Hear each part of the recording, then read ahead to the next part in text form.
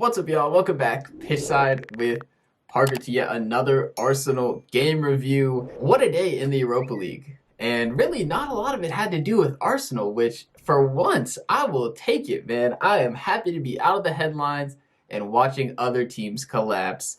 Namely, but yeah, I will chat a little bit about this Arsenal game. There's not a whole lot to say, but Arsenal did advance against Olympiacos despite losing the second leg. And we can look ahead and just talk about what could be next in this competition for Arsenal as well. Preview the potential opponents and who I might want to face in the next round and who I definitely want to avoid. But anyway, before we get into that, be sure to subscribe to the channel if you're new around here. Drop a like on this video as well before we even get started, because that's what we do on this channel. So, Arsenal versus Olympiacos, 1-0. There was plenty of rotation in the lineup, but there was also certainly enough threat on the field to be able to break down this Olympiacos side. I thought Olympiacos played a lot better than they did in the first leg, that's for sure, but obviously they had more motivation. Arsenal certainly were sitting back a bit, so I think that was to be expected in this game. You know, I'm not terribly surprised or, annoyed at Arsenal for the way that they played. They handled it. They knew that Olympiacos needed to score 3 times. And honestly, just getting through the first half without conceding, to me, was a big victory. From there, I felt very comfortable in the tie. Even though they did score early in the second half through El Arabi, just the fact that Arsenal had at least gotten past halftime with that, I was feeling pretty confident. And there was lots of reason to. I mean, Arsenal should have killed off this tie multiple times in this game. They could have done it in the first leg as well. I think over the 2 legs, and really this was true of the Benfica tie as well, Arsenal created probably enough chances to score 7 to 10 goals, I think, over the 2 legs. And, they only come away with 3. I was really hoping that Pepe would score. He had a couple of great chances.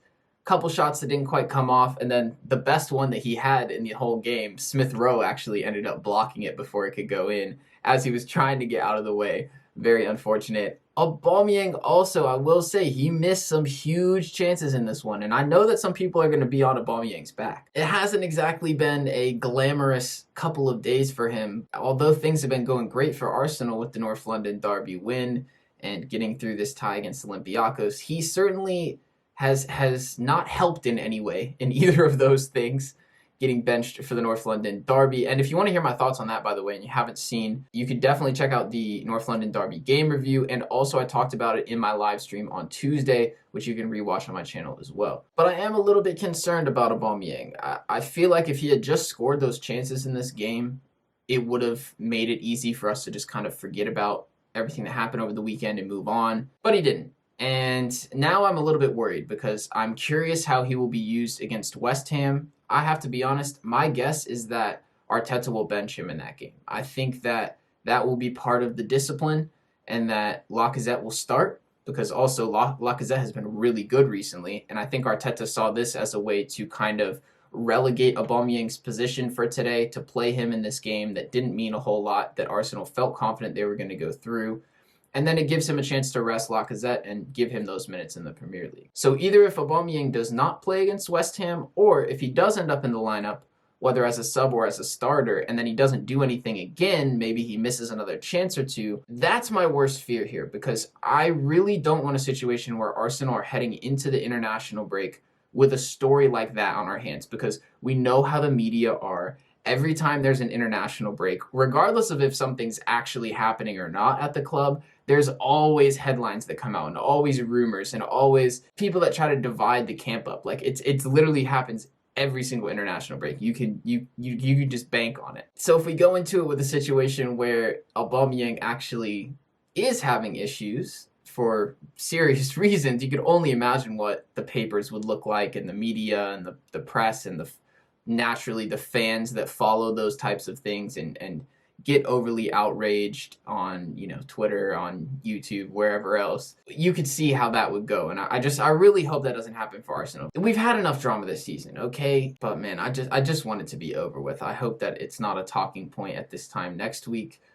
So I will just leave it there. Anyway, really the only other thing I wanted to actually mention on the game is that it was nice to finally see Martinelli get some minutes. I thought he should have started this game, I feel bad for the guy because he's done nothing but perform for Arsenal. And as a matter of fact, he was very clutch last season. And the combination of him and Saka genuinely kept the club afloat a couple times. And I just feel like he's been a little bit disrespected for what he has actually given to the club. And I know that he's working back from injury, but there's been multiple reports that have come out that he's looked good in training. He's been fully fit for a while now, and he just hasn't been getting those minutes. So I felt like in a game like today, give Smith Rowe a break. Why do we need to force him onto the left wing with Ceballos playing cam and Pepe on the right? Just give Martinelli some minutes. Or, it would have been a great opportunity to put him up front as well. But he did look hungry when he came on. He should have had an assist. Aubameyang, one of his misses was a little back heel flick, and it would have been a nice goal if it came off. I thought it was a nice save from Jose Sa.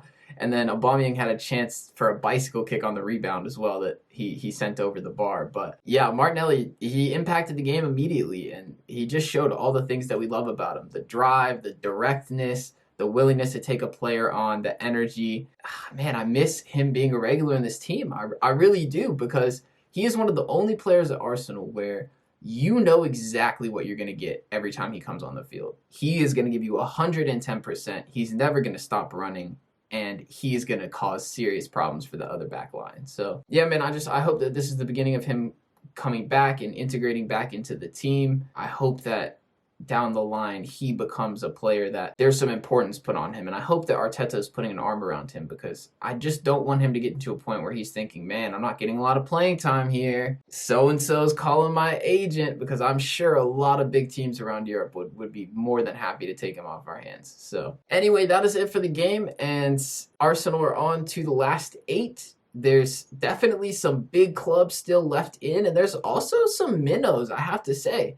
There's some serious Cinderella teams. You look at Granada and Slavia Prague. I don't want to play either of those teams because they've got the magic going for them right now. But I think some people would be surprised to see those teams still in at this stage. And then there's much more pedigreed opponents that will still be potentially drawn for Arsenal in the next round as well. Manchester United went through against Milan and really frustrated Milan in that game. Ajax dominated Young Boys, and they definitely are not a team that I want to face.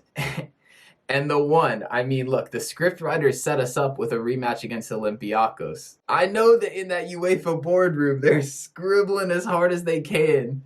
They're heating up the ping pong balls, whatever they got to do to make sure that Arsenal gets drawn against Unai Emery. It's coming, right? Surely that's going to be the matchup at some point.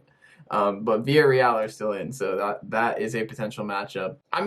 From a footballing standpoint, I wouldn't mind that matchup for Arsenal. I think we could handle them, but just the chance of potentially losing to Emery, especially in the Europa League, I don't even want that to be a possibility. I would feel too nervous heading into that game, and the thought already just is it's making me cringe a little bit. Yeah, so it'll be interesting to see what the draw will hold. I think it's tomorrow, so we will know before too long, perhaps already even when you're watching this video. But if you did enjoy this video, be sure to leave a like on it if you didn't already, and subscribe to the channel if you're new. I make plenty of Arsenal content and pretty much daily content most of the time otherwise as well. So there will certainly be something you'd like. And tomorrow, huge game for Arsenal women. Definitely tune into that. They're playing Manchester United. I will have a match review after that game as well, and I'm really looking forward to it. Start your weekend off right, and hopefully Arsenal can get a big win and get back into that 3rd spot in the WSL. But with that being said, I will catch y'all in the next one. Peace.